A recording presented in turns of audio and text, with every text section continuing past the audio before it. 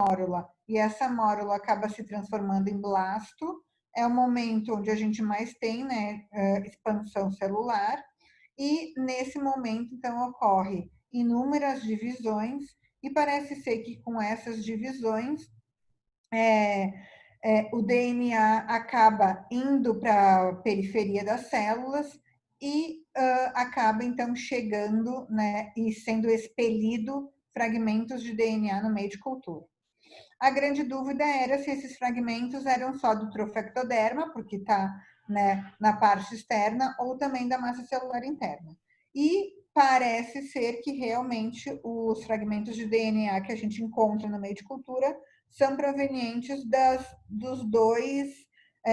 duas células. Então, tanto de células que estão presentes no trofectoderma, quanto células que estão presentes na massa celular interna, e poderíamos, então, ter aqui um resultado mais fidedigno do embrião por completo do que hoje realmente a gente tem numa biópsia embrionária.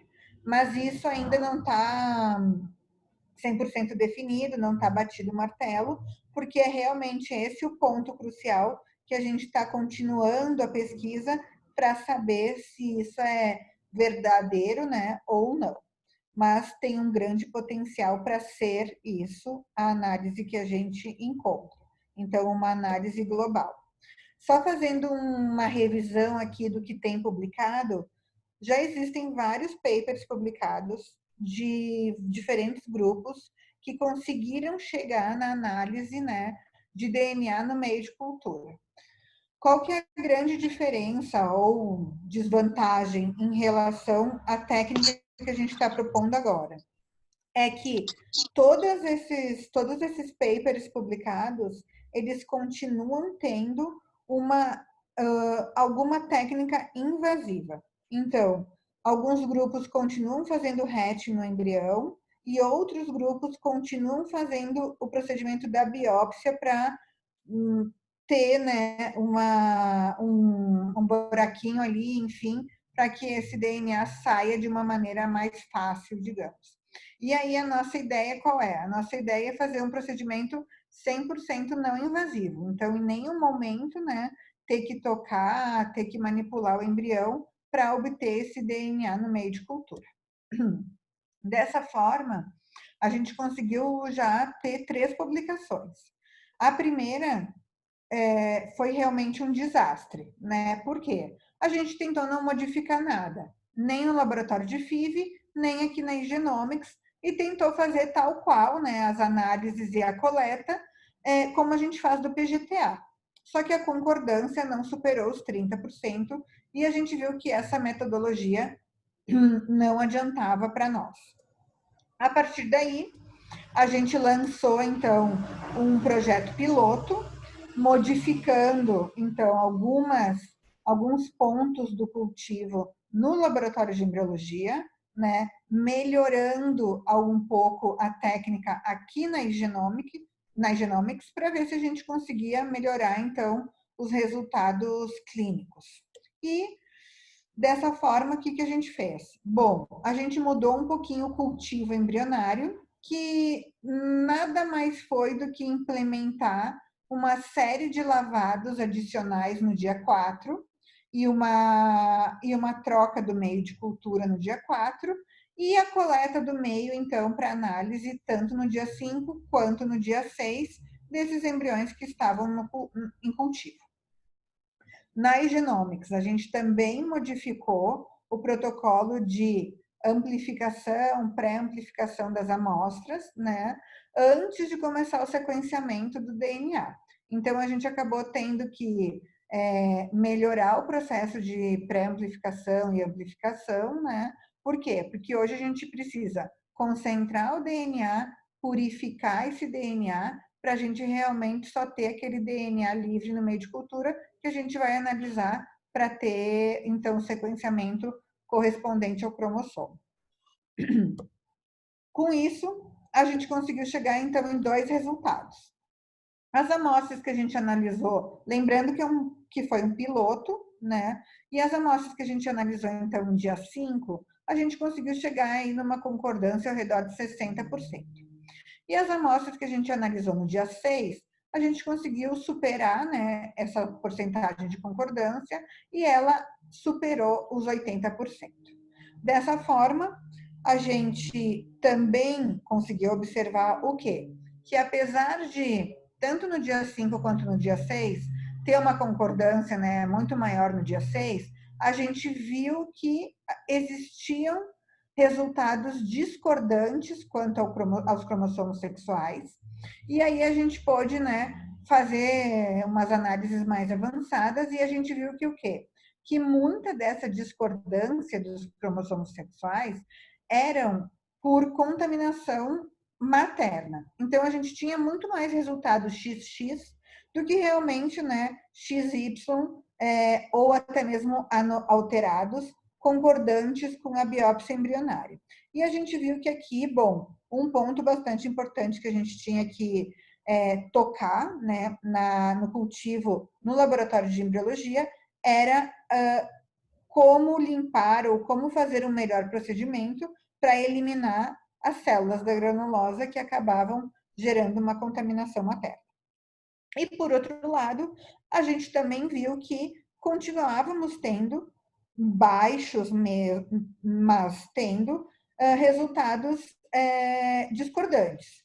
Então, que eram euploides na biópsia ou aneuploides na biópsia e o contrário no meio de cultura. E aí é justamente aqui, né, os pontos que a gente ainda está vendo da onde que vêm esses resultados discordantes. Mas, apesar disso, a gente continuou com os resultados e como todos os pacientes que estavam participando desse piloto estavam fazendo uma biópsia embrionária, foi feita a transferência e comparado.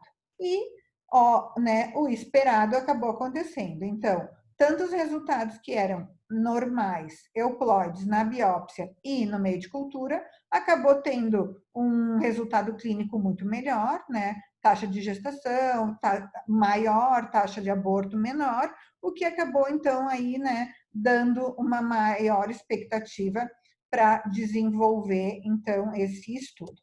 E foi a partir de aí que a gente conseguiu então colocar em andamento o estudo multicêntrico do teste não invasivo e publicamos agora então a primeira parte dos resultados, que foram mais de 1.300 embriões e meios de cultura analisados de diferentes centros, né, do mundo inteiro. E esse estudo aí começou no início de 2018, estava previsto para terminar agora no comecinho de 2020, mas com tudo que aconteceu, a gente acha que vai conseguir terminar o ano que vem. Qual que era o objetivo, né? Os principais objetivos desse estudo. Então, analisar o meio de cultura, comparar com o trofectoderma de uma biópsia e comparar também com a massa celular interna dos embriões que supostamente iam ser descartados por serem alterados. E aí, o que a gente conseguiu observar, então? Bom, destes 8 centros que participaram, a média foi quase aí ao redor de 80% de concordância entre o meio e a biópsia, mas chamou atenção o quê? Que mesmo as taxas de concordância, assim como a sensibilidade e a especificidade, variaram bastante de laboratório em laboratório. E aí, 2 pontos super importantes, né, que a gente acabou observando durante esse tempo, que contribuíram para essa diferença de resultados. O que eu já comentei antes, presença das células da granulosa como um fator de contaminação materna importante nos resultados. Então, aqui, né, um dos pontos bastante importante é a limpeza completa dessas células da granulosa, para garantir que lá no final a gente não vai ter, né, um resultado discordante devido a isso. E, por outro lado, né, a sensibilidade que acaba sendo aumentada sempre quando a gente consegue melhorar os padrões de qualidade dentro do laboratório. E aí, né, um ponto que seria os padrões de qualidade seria, por exemplo, a gente cuidar da manipulação geral, né, dos embriologistas no preparo dos meios, das placas, nas lavagens e, propriamente dito, depois no na coleta desse meio. Então, o que a gente viu aqui é que as clínicas que acabavam não tendo esse controle muito fino, a gente também acabou encontrando DNA dos embriologistas no meio de cultura, o que acabava, então, perdendo significativamente a sensibilidade e a especificidade dos resultados. Com isso, outras perguntas que vocês se fazem e muita gente faz. E a idade da paciente? Será que a idade da paciente também é um fator que acaba ajudando ou não na concordância dos resultados? Então, aqui a gente viu que a idade, teoricamente, ela não tem uma diferença estatística na concordância. O que acaba nos chamando a atenção é que, a partir dos 40, 41 anos, a concordância é um pouquinho maior. Por quê? Porque a gente acaba esperando que essas pacientes com idade materna avançada tenham mais trissomias e mais monossomias, compatíveis com alterações completas no cromossomo, o que acaba sendo, então, mais fácil, digamos, de diagnosticar do que as pacientes mais jovens, que, além de, óbvio, ter esse tipo de alteração, elas também apresentam alterações segmentais, as alterações parciais, quando a gente tem um braço curto ou um braço longo a menos ou a mais, e o próprio mosaicismo. Tá? Outro ponto importante é o meio de cultura. O meio de cultura também ele não impacta em absolutamente nada, então a gente não precisa modificar o nosso cultivo standard que a gente faz, né, na clínica diariamente. A gente pode utilizar qualquer meio de cultura que isso não vai interferir em nada, assim como a incubadora também não vai interferir em nada nos resultados. Então, basicamente aqui a gente não modifica a nossa maneira de cultivar, a gente não modifica, né, em basicamente nada o nosso cultivo embrionário, a gente só toma maiores cuidados para reduzir as taxas de discordância, pensando nas prováveis fontes de contaminação. E aí, quando a gente vai, né, para analisar mais a fundo os resultados, e aqui a gente conseguiu chegar na análise de 81 blastocistos, em que a gente analisou o meio de cultura, o trofectoderma e a massa celular interna, a gente acabou tendo resultados que superaram os 85%. E aqui já nos dá um sinal daquilo que eu falei lá no comecinho, que muito provavelmente, né, no meio de cultura que a gente está analisando, a gente tem as células, então, de ambas partes do embrião, tanto do trofo quanto da massa celular interna. E outro ponto importante foi também o que eu comentei para vocês. Quando a gente só analisa as alterações completas do embrião, de aneuploidia do embrião, compatível com trissomia e com monossomia, a gente consegue melhorar mais ainda essas taxas de concordância. Por quê? Porque justamente, né, a gente está reduzindo os falsos positivos e os falsos negativos, sendo que muito provavelmente os falsos positivos possam ser originados do mosaicismo embrionário. E os falsos negativos possam vir da onde? Tanto da contaminação com células da granulosa, quanto alguns artefatos do cultivo, tá? E aí é nesse ponto aqui que a gente sabe, né, que experimentalmente na pesquisa a gente precisa melhorar e precisa ter maiores informações para a gente saber realmente a origem dos falsos positivos e dos falsos negativos perfeitamente. Então, né, as questões que ainda estão abertas e que a gente precisa ter mais respostas para ter mais respaldo desse novo teste toda a origem desses fragmentos de DNA, né, e a resposta se realmente isso vem da massa celular e do trofo e corresponderia mais ainda ao embrião por completo, e por outro lado, se realmente, né, essa análise vai nos melhorar as taxas na fertilização in vitro por completo. Então, isso provavelmente a gente vai responder para vocês no final desse estudo e também com a ajuda do RCT que já está em andamento. Então, aqui, eu acho que 2 pontos importantes do RCT é óbvio. A gente vai dividir os pacientes em 2 grupos, né? Tem um N bastante expressivo, mais de 1.000 transferências a gente está pretendendo fazer. E outro ponto importante que a gente não tem hoje, e que é uma grande dúvida, é a necessidade de coletar o meio de cultura no dia 6, em relação ao embrião, a morfologia, as taxas de implantação, gestação e etc. que eu tenho. Porque todos os trabalhos que a gente tem hoje publicado, comparando dia 5 e dia 6, sempre tem um viés, que é a morfologia. Então, tudo que a gente tem que a gente transfere no dia 5, teoricamente, morfologicamente é melhor que o dia 6, e tudo que a gente biopsia no dia 5, ou né, em comparação ao dia 6, também acaba sendo melhor, né, quanto à morfologia.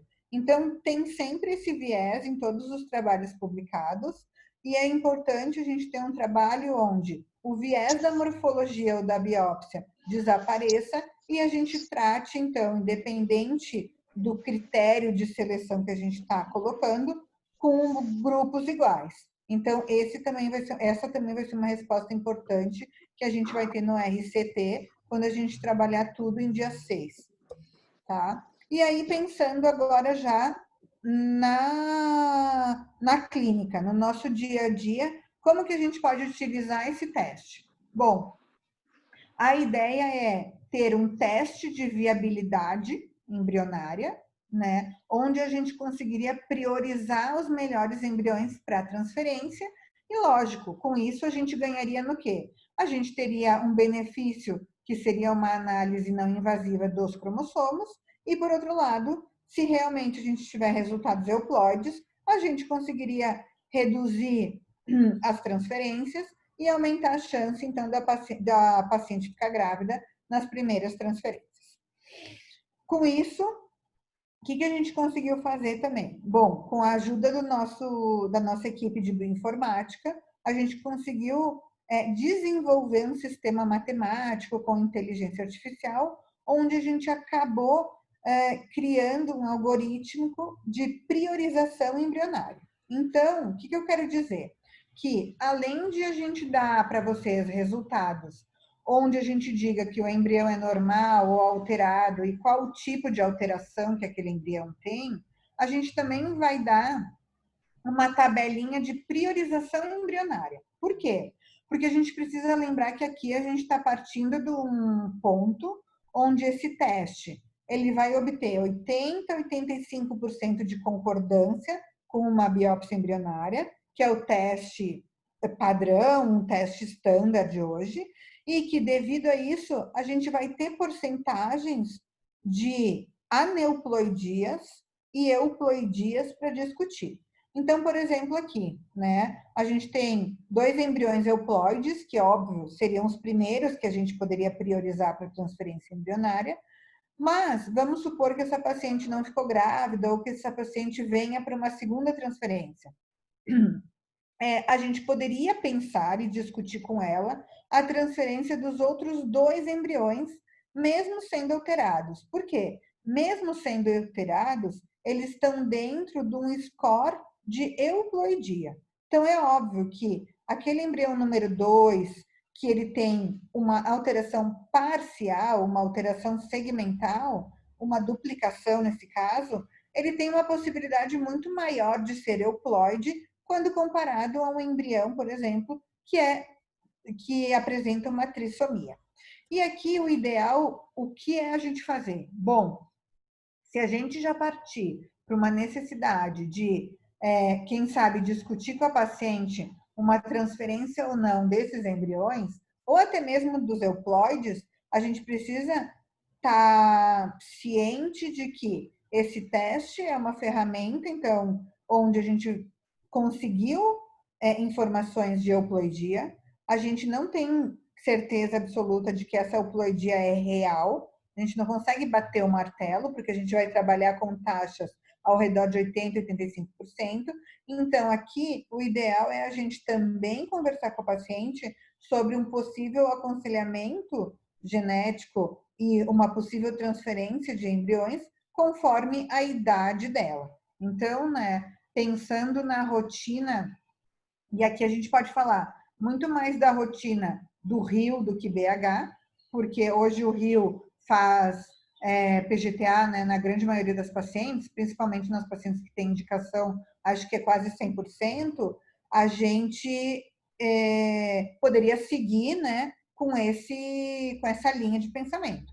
Bom, pacientes que têm idade materna avançada, aborto de repetição, falha de implantação, cariótipo alterado, essas pacientes continuam fazendo um PGTA e a gente vai obter os resultados que a gente tem hoje, né, sem mudar absolutamente nada. Agora, para o grupo de pacientes que hoje a gente não oferece nada, nenhuma ferramenta genética, a gente poderia pensar, então, em oferecer essa ferramenta como como uma ferramenta de escolha, né, de quais seriam, então, os melhores embriões para ela começar o processo de transferência. E aí, como seria esse processo? Bom, muito parecido com a biópsia. Na verdade, em vez de a gente fazer a biópsia, a gente coleta o meio de cultura e envia para a Genomics. Mas, antes de a gente fazer isso, a gente vai ter que fazer o mesmo procedimento que a gente fez lá na frente, quando a gente começou a trabalhar com vocês. Então, é a validação do laboratório. E como que é essa validação? Bom, a gente vai pegar 10 embriões que a gente biopsiaria, a gente vai colocar essas pacientes, esses embriões no protocolo do Embrace e vai coletar o meio de cultura dele e realizar a biópsia. Envia para a gente vai fazer as análises e o que a gente está esperando é que, no mínimo, essa concordância entre o meio de cultura e a biópsia chegue a 80% para a gente poder, então, seguir com as análises reais. E é claro que aqui, logo depois, né, vai ter uma formação completa, só focada nos embriologistas, para eles repassarem todo o protocolo, vídeo, etc., tirarem todas as dúvidas antes de fazer isso na prática, tá? E aí, só para a gente fechar, então, uns pontinhos importantes para a gente entrar na discussão. Bom, tá claro que a gente consegue obter DNA no meio de cultura, que a gente consegue amplificar e analisar pela mesma técnica, né, de NGS hoje, e que esse resultado que a gente obtém é representativo das alterações cromossômicas que a gente tem, que a gente observa tanto na biópsia quanto no meio de cultura. A gente tem resultados concordantes no trofectoderma que superam os 80, 85% quando analisado no dia 6. A gente também tem resultados concordantes e altamente concordantes quando a gente compara com a massa celular interna.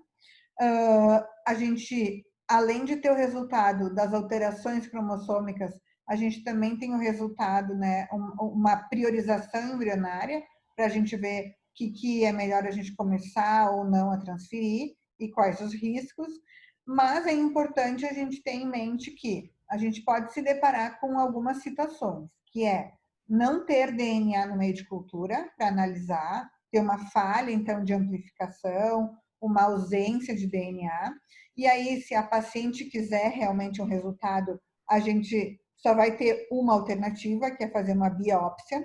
Essas taxas são pequenas, não superam os 2%, tá? Assim como as falhas que a gente tem na biópsia não devem superar também os 2%.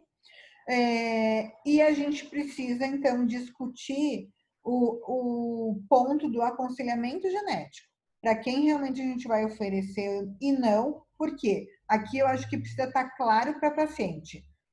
O que ela está esperando? Ela está esperando uma melhor performance nos resultados de transferência, ou ela está esperando risco quase que zero de aneuploidia embrionária. Bom, dependendo da expectativa dela, é que a gente vai poder oferecer, então, um teste ou outro. E aqui a equipe, então, que está aí liderando o estudo.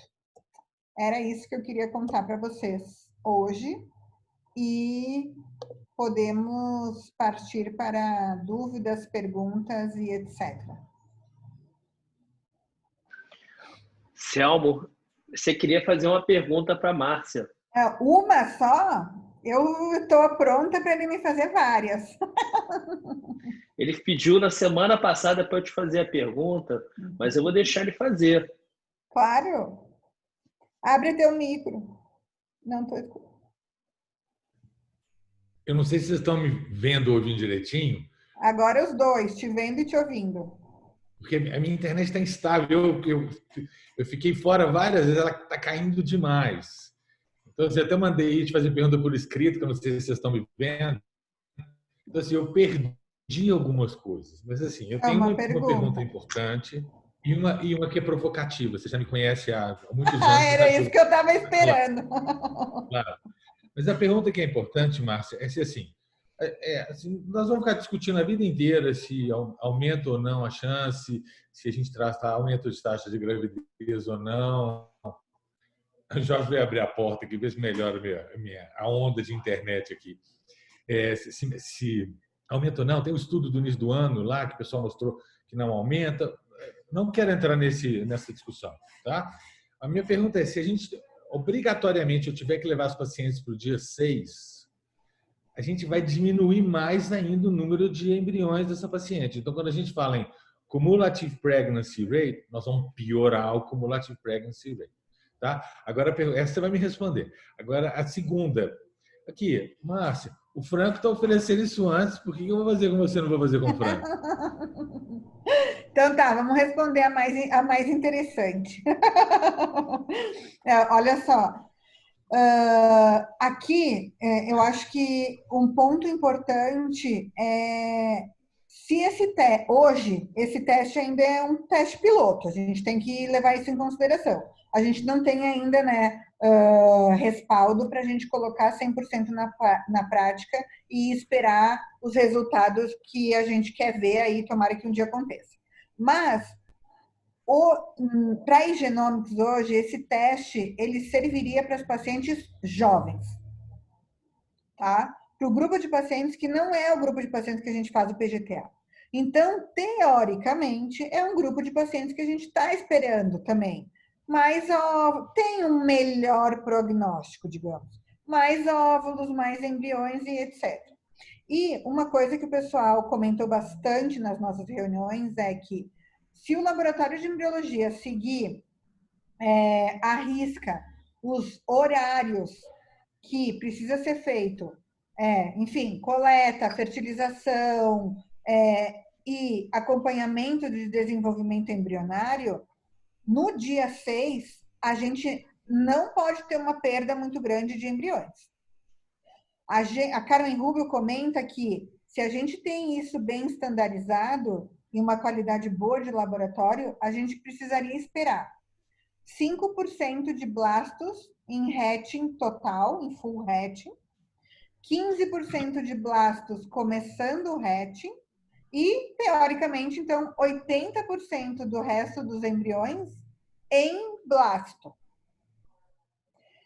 E aí, claro, vai muito do prognóstico da paciente, né? Então, eu acho que isso também a gente só consegue respostas em dois sentidos. Se a gente tiver um bom laboratório, um desenvolvimento bom do desenvolvimento embrionário no laboratório, e se a gente seguir à risca todos esses parâmetros, sabe? Mas eu concordo contigo que hoje um dos pontos que mais está pegando, eu acho, e que mais difícil está sendo, é o ter que fazer a coleta no dia 6 para ter uma maior concordância nos resultados, né? E aí, claro, existem algumas maneiras de a gente conseguir ajustar também, e vai muito de clínica para clínica, de trabalho para trabalho, e como vocês gostariam de também oferecer ou priorizar esse tipo de análise, né? Eu sei que tu não é muito partidário da biópsia, mas eu acho que a gente sabe que tem clínicas que estão conseguindo analisar no dia 5,5 e isso está ajudando. Mas precisa ter precisa estar tudo muito bem relacionado. Tipo, a validação precisa ter sido dessa forma, todos os cultivos precisam ser dessa forma, para não ter a variabilidade, porque qualquer variabilidade nesse processo vai impactar onde? Nas taxas de concordância. E a Carmen Rubio fala muito que aqui não sou eu a esperta, né, nesse teste, é ela, mas ela fala muito que todos os resultados, tudo que eles estão vendo é que o tempo do embrião na gota em relação à expansão de células é o que faz a diferença também nas taxas de concordância. E por isso que eles acabaram definindo, então, que dia 6, né, conforme que o resultado saiu, é melhor que o dia 5. Mas que, dependendo do trabalho de cada clínica, talvez daria para conseguir os mesmos resultados em dia 5,5. Tá? Então, eu acho que isso, assim, como é o início agora, o que a gente tem é isso. Ou tu faz dia 5 e tu fica ao redor de 60%, ou tu faz dia 6 e consegue superar os 80%, que eu acho que se tu vai oferecer uma ferramenta desse tipo, é óbvio que tu quer a maior concordância possível, né? Senão, não sei se faz tanto sentido assim oferecer. E, por outro lado, ver bem para quem oferecer. Talvez lá no Rio esteja claro que eles vão continuar fazendo biópsia, né, e oferecendo para idade materna avançada, aborto, falha de implantação, baixa resposta, que também eles oferecem bastante, mas que talvez para os pacientes, então, jovens que chegam, que não têm, né, ainda não procuram uma biópsia, seja uma alternativa. Mas aí em BH, talvez seja diferente um pouco o pensamento de vocês, né? Porque, querendo ou não, vocês fazem muito menos biópsias do que o Rio de Janeiro, né?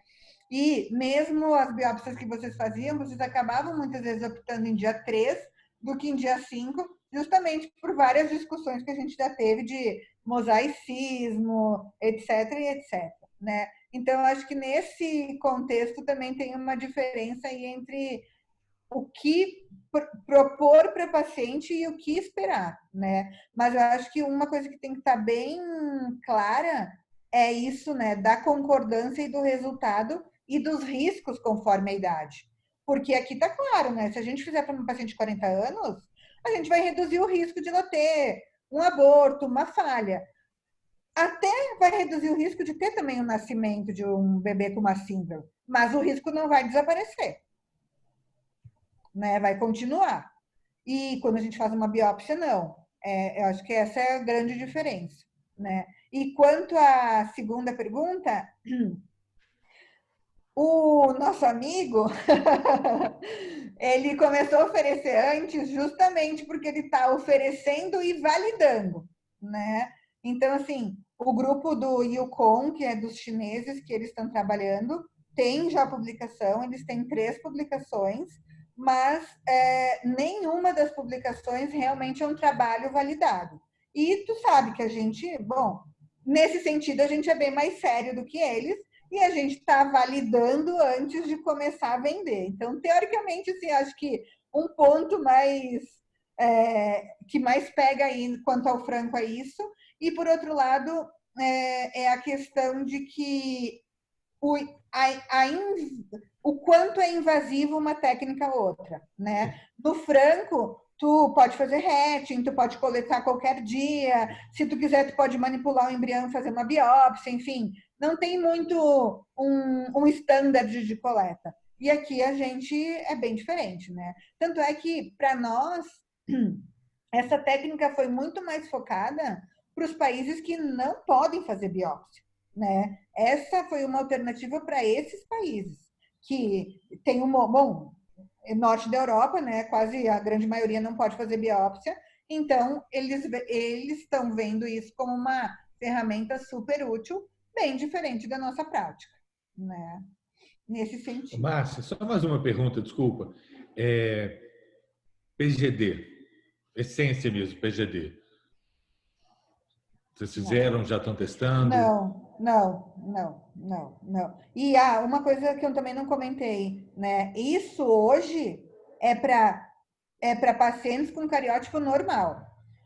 Pacientes que têm uma translocação, dependendo do tamanho da translocação, não pega na análise do meio de cultura. Então, hoje, não poderia ser utilizado para pacientes que têm translocação.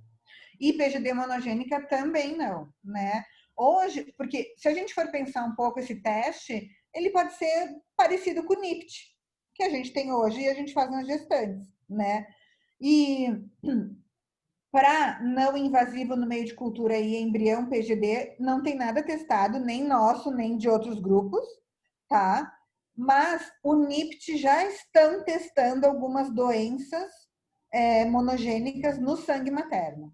O que está acontecendo? A sensibilidade está muito, muito, muito baixa ainda.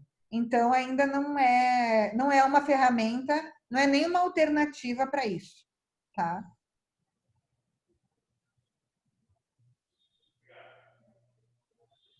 Márcia, eu queria fazer uma pergunta também.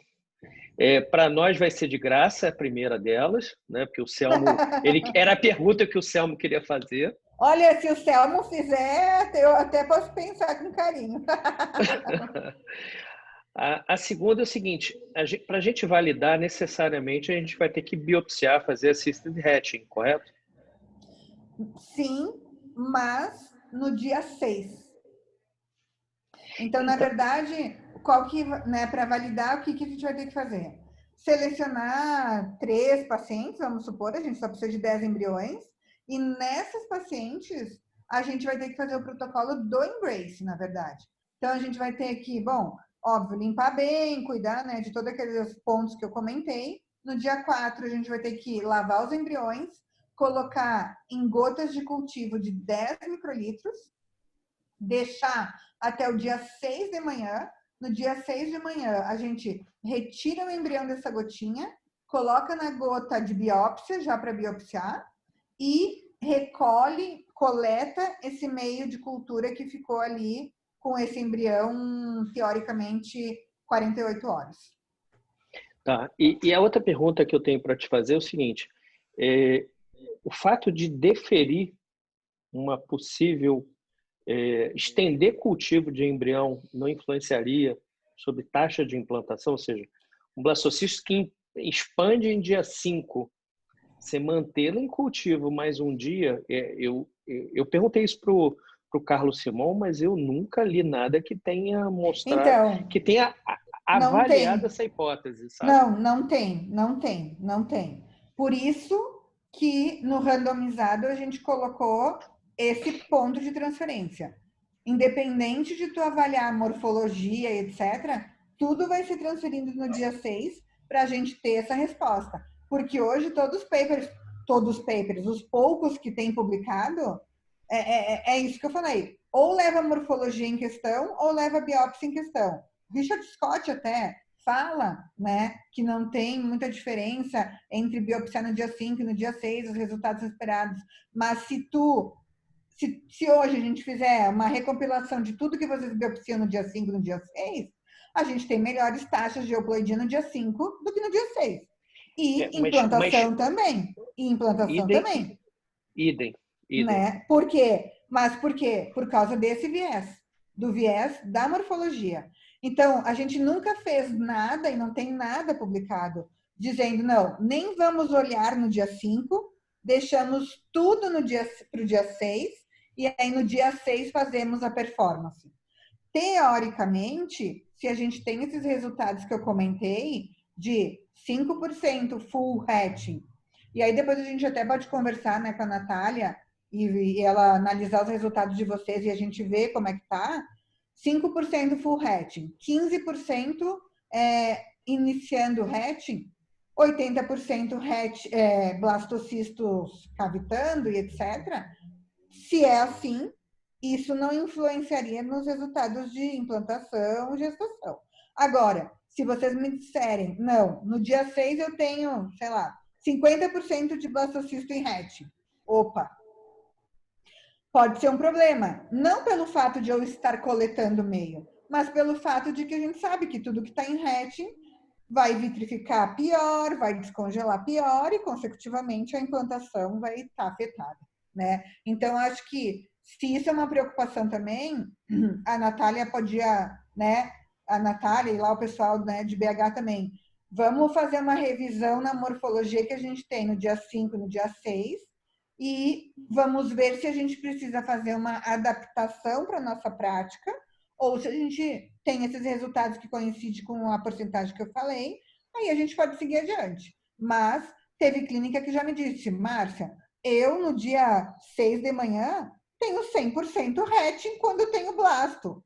Bom, então aí a gente tem um problema, né? Então acho que isso é importante a gente avaliar. Tá? Boa tarde, tudo bem?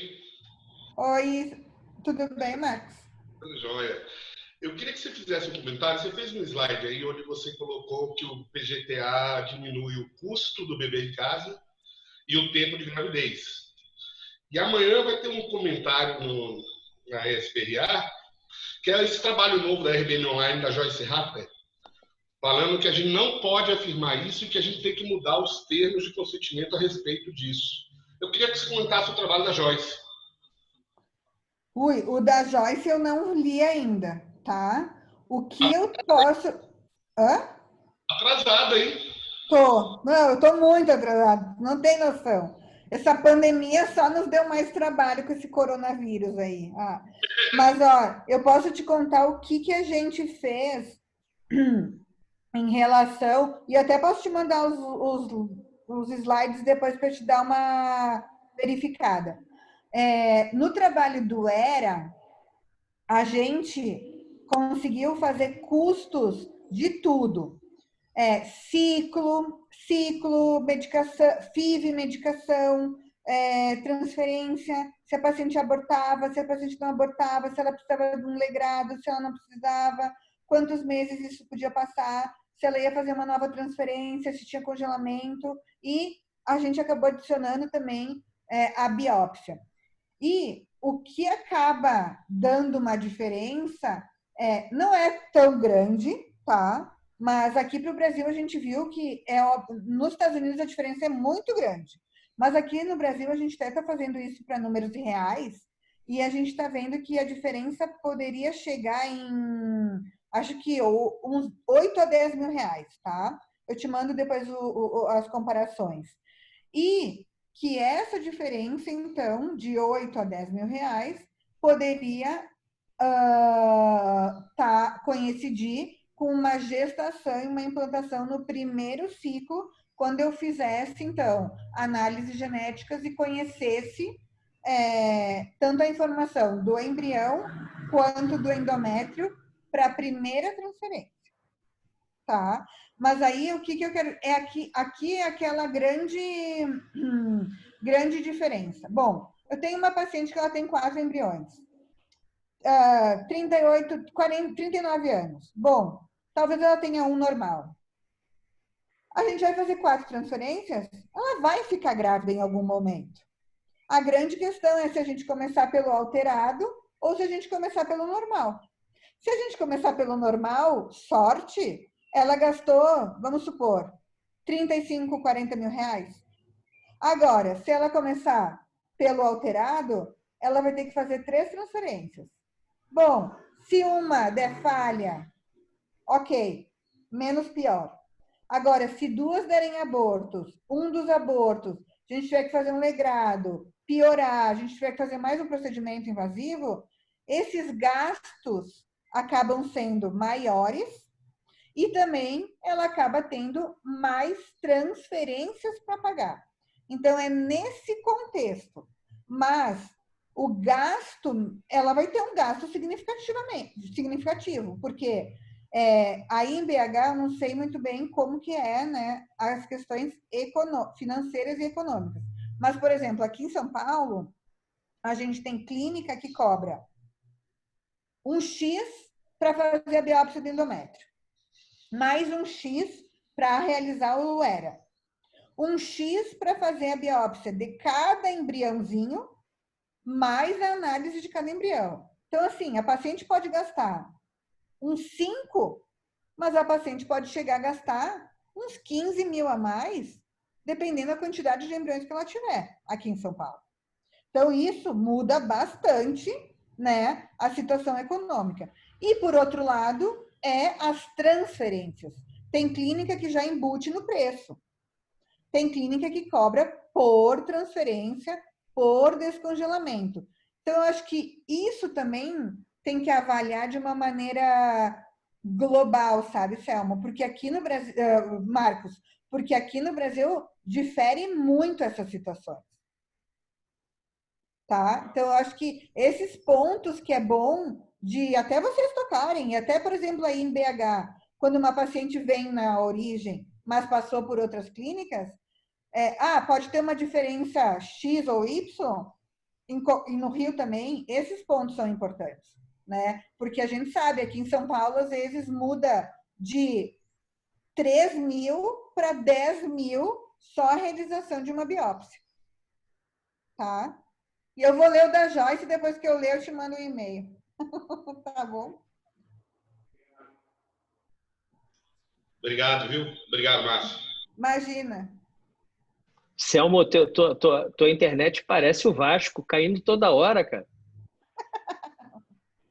Ele tá ali, ele tá ali. Vem pra cá, chega de Vasco lá. Saco. Então, eu Então, acho que é mais beleza. ou menos isso. Daí depois a gente, né?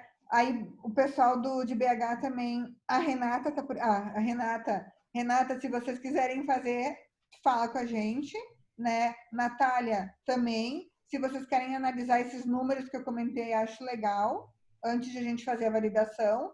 Mas, né, as dúvidas e etc., agora tem todo um treinamento para os embriologistas, que depois a Érica vai mandar para vocês informações, tá bom?